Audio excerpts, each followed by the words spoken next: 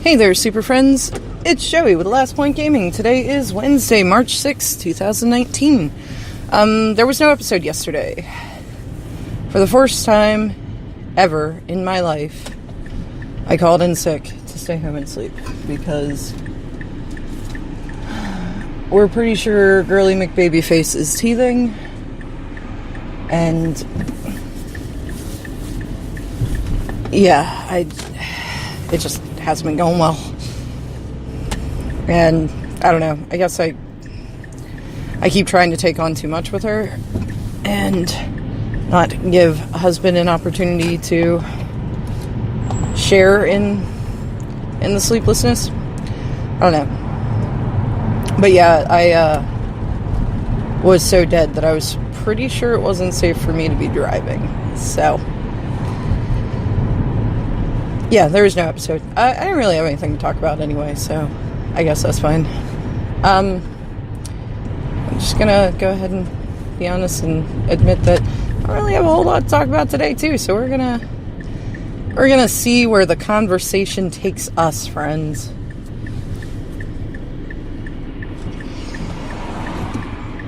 So, one thing, MTG Corner, I think that's what they are.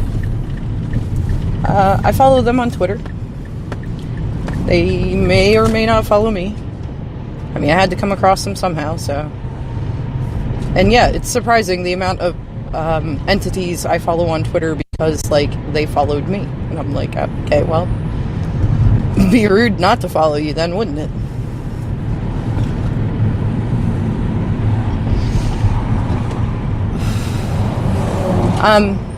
They do a podcast and articles, and they do a lot of polls on Twitter. And I believe they are the entity that I follow that, like, asks random questions. Like, judge-level questions. So that's pretty neat. Dude, you're gonna get the fuck off my ass. Are you attached to the back of my car? What the hell? Ugh. Alright. We're just gonna ignore this asshat.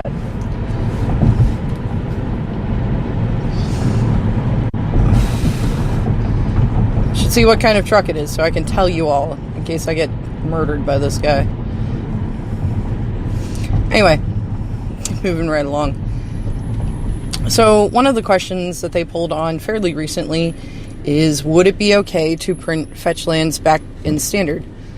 511446 is the number on their truck, and I think it's a UPS truck.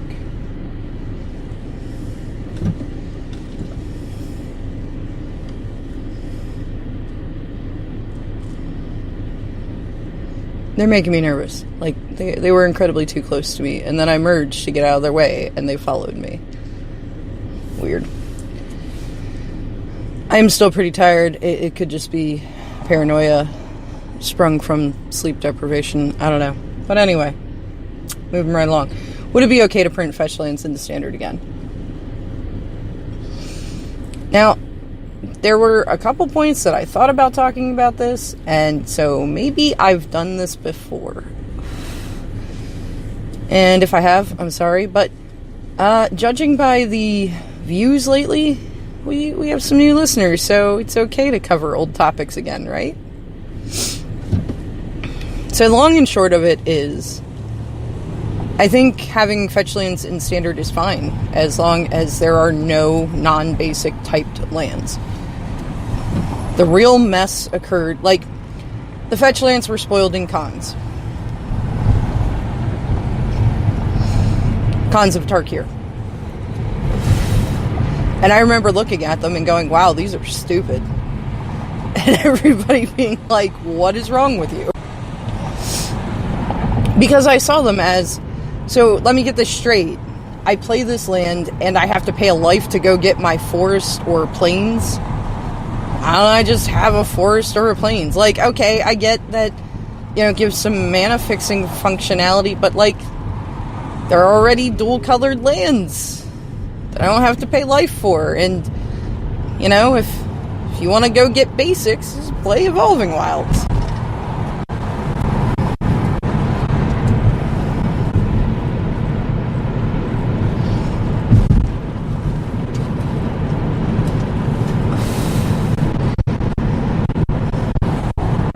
This was definitely during my phase where I was way too clutchy with my life points. Okay, people have made fun of me before for calling them life points, but we call it a life total. What else would you call the individual segments that add up into your life total? I don't know.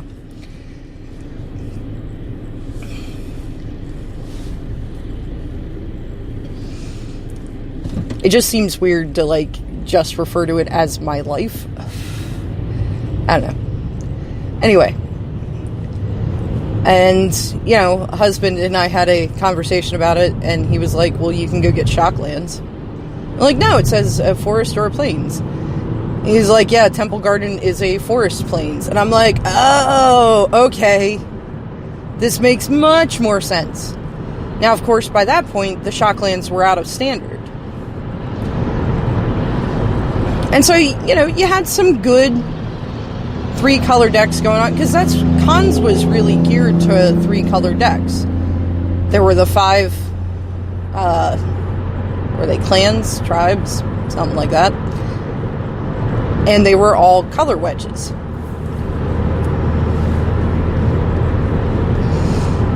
So, you had the wedge lands. Now they entered the battlefield tapped. But it was worth it for, having 3 colors on one land. The Scry lands were still in standard at that point. I think we had Pain lands still. I think they came in the core set before Cons, not the one after. So, 3-color decks were pretty doable.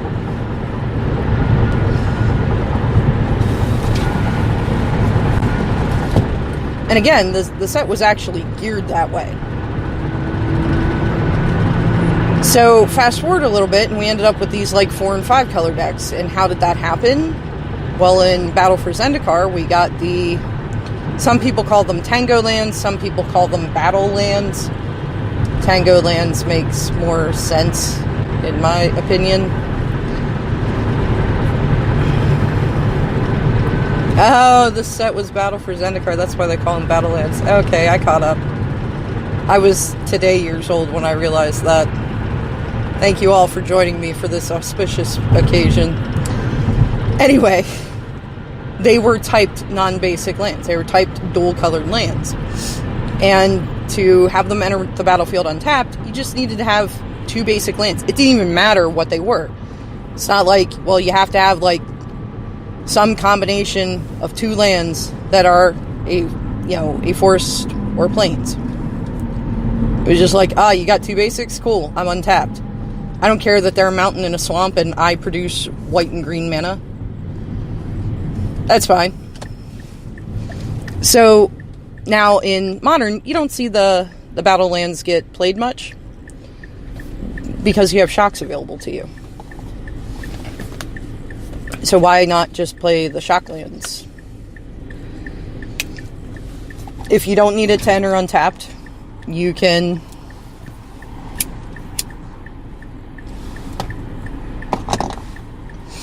decline to pay the 2 life. If you do need that mana right away, you can pay 2 life to have it. So you get to decide based on where you are in the game how you want that to go down.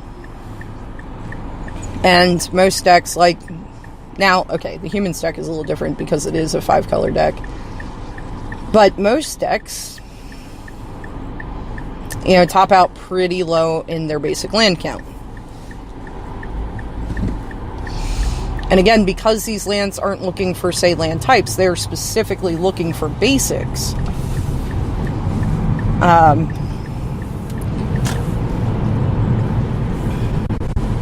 You can't even cheat around them with Shocklands or anything else. But in Standard, you tended to have a lot more basic lands in your deck because you have a bunch of land slots to fill and you only have so many dual colored options, and frankly some of the dual colored options suck for what you're trying to do. Control generally doesn't want to run Pain lands because Control's whole shtick is taking a bunch of damage from their opponent before they, stabilize. they generally can't afford to be doing much damage to themselves. Aggro decks, on the other hand, they were fine with paying lands. Like, I'm going to pay a life for, to hit you for 3.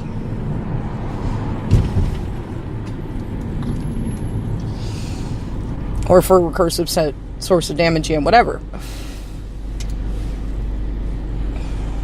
But, like, control decks, because they're built to be slower, in that particular format, they tended to favor, like, the Scry lands from Theros. So, that's what really made the fetch lands in Standard a mess and kind of turned Standard into Modern Junior for a hot minute. Where you got to shuffle your deck 30 times in a game. So, if WotC were to try to print fetch lands into Standard again, to make them accessible at a lower price point for, newer modern players to get a leg up on getting into the format, then they would just have to map out the entirety that those fetch lands were in Standard and ensure there were no typed non-basic lands in with them. And then, yeah, they're slightly better than in Evolving Wilds. Arguably much better than Evolving Wilds, I guess.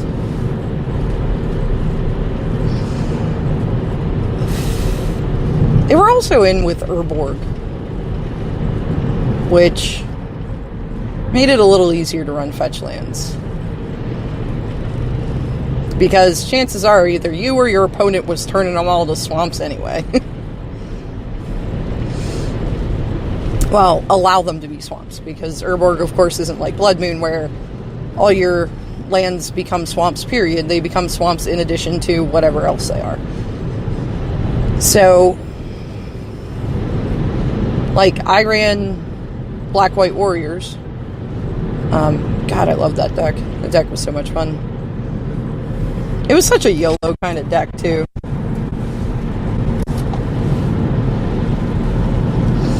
It was like, this hand is a tad sketchy. Fuck it, it'll be fine. And a good amount of the time it turned out to be okay. Now, I didn't run fetch lands, but I did run Urborgs, because they allowed me to turn my Caves of Koilos into only pain when I needed white mana. They turned all of my plains into dual lands. Now I only ran 2 because Urborg was legendary, but anyway, you get the point. The like 4-color company deck it was 4-color rally. And, like, let's be honest, there was a bunch of busted shit going on during that Standard, which, I mean, don't get me wrong, was one of my favorite Standard formats. For all the crazy, busted stuff going on, it was incredibly fun.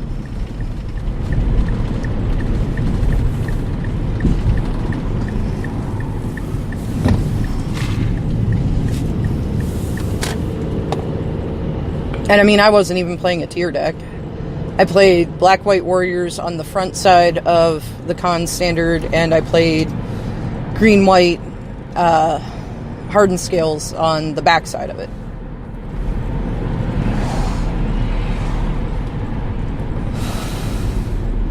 Because once Warriors lost Athreos and, oddly enough, Obelisk of Erd, it was a little bit of a rough run with that deck.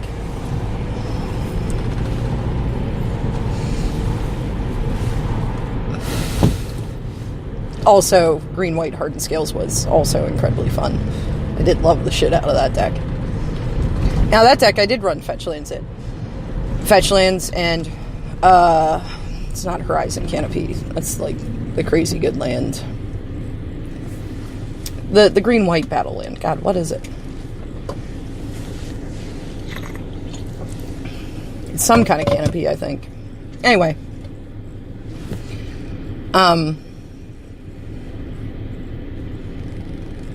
Yeah, I did run them. Because I ran a lot of basics, but at the same time, I definitely was known to keep hands that had one of the green-white battle land and 3 hardened scales and no other mana sources in it and be like, this is fine.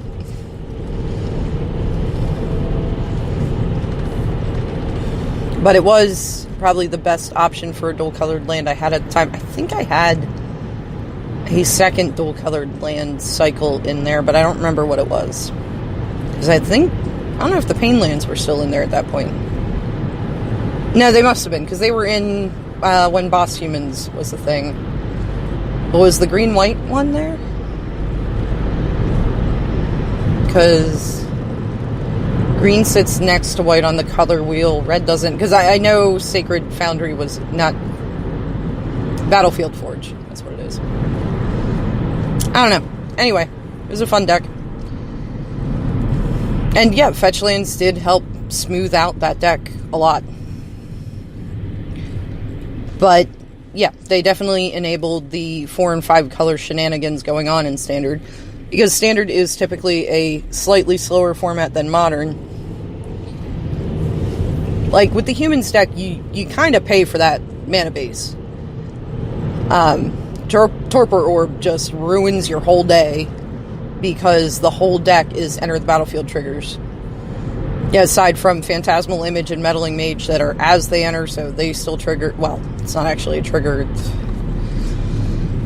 We won't get into all that. But everything else is Enter the Battlefield triggers. Like, you have Disrupting Creatures, and that's great.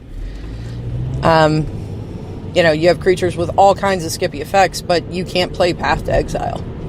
You can't depend on having white mana. And, okay, in the sideboard, we have a few non-humans to, get some utility that there aren't really good human options for. Like, Knight of Autumn was a vast upgrade to that deck. I was running Vithian Renegades for, ever, and I should have updated them to Reclamation Sages. But Knight of Autumn's even better than Rec Sage because it has, the 3 different modes. So you can decide what's best for what you're trying to do.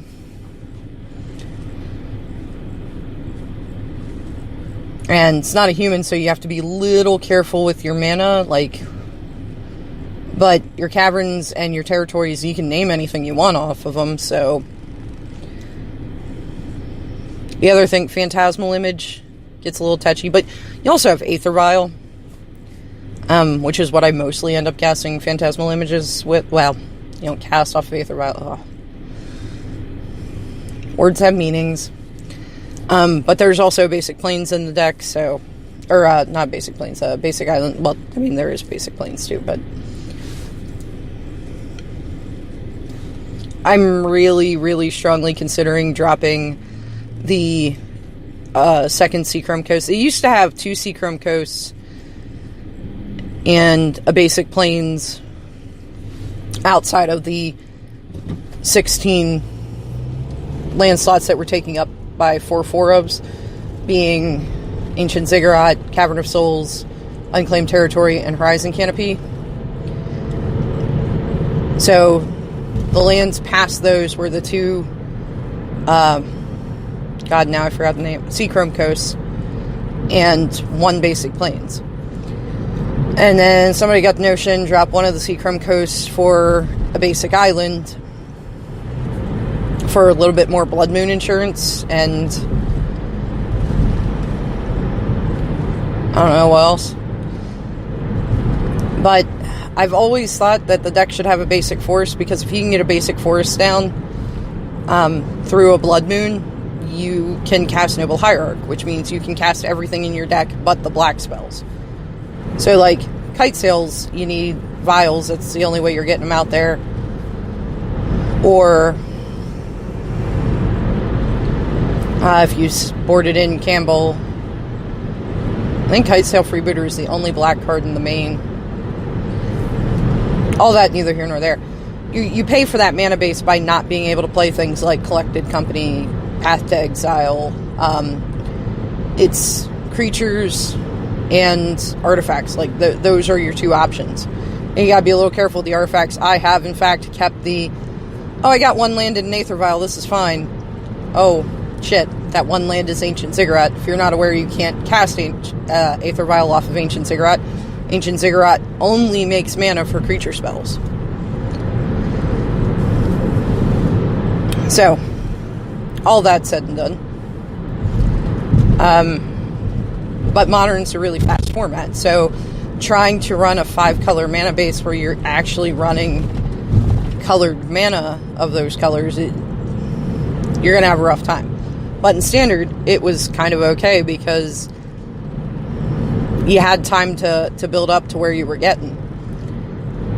So, yeah, the long and short of it is, I think Standard fetch lands are fine as long as there aren't typed non-basics. Like, specifically typed dual-colored lands. Because that's what really opens it up to exploitation in a way that you generally don't look for Standard to be exploitable.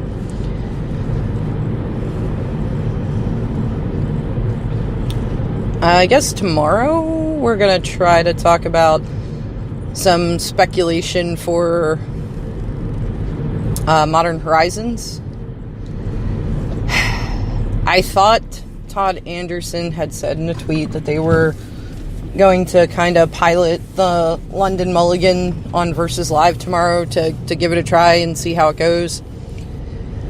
According to him from his stream sometime this week, I'm not even sure when, all the days have kind of blended together. They're not doing that this week, which makes me sad. I really want to see him try it to see how it goes.